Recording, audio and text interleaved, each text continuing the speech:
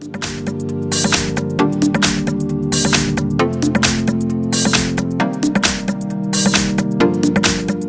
have INTEX Aqua Lions X1 and let me show you how to check IMEI and serial number on the following device. So at the very beginning, let's open the phone's dialer, let's activate the keypad and let's use this secret code *#06#. And as you can see, IMEI just pops up in front of you. Tap OK to close this window. Now let me show you the second way of checking IMEI, and let me also show you the way to check out the serial number. Let's use the apps icon. Here you need to find and select the settings. Scroll down to the bottom of the list and select here the About phone.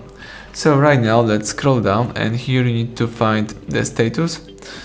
From status you can check IMEI information right here, and you can also go back, and here you've got access to Bluetooth address, Wi-Fi MAC address, IP address, and also the serial number. So that's it, everything went well, thank you for watching, please subscribe our channel, leave a thumbs up under the video.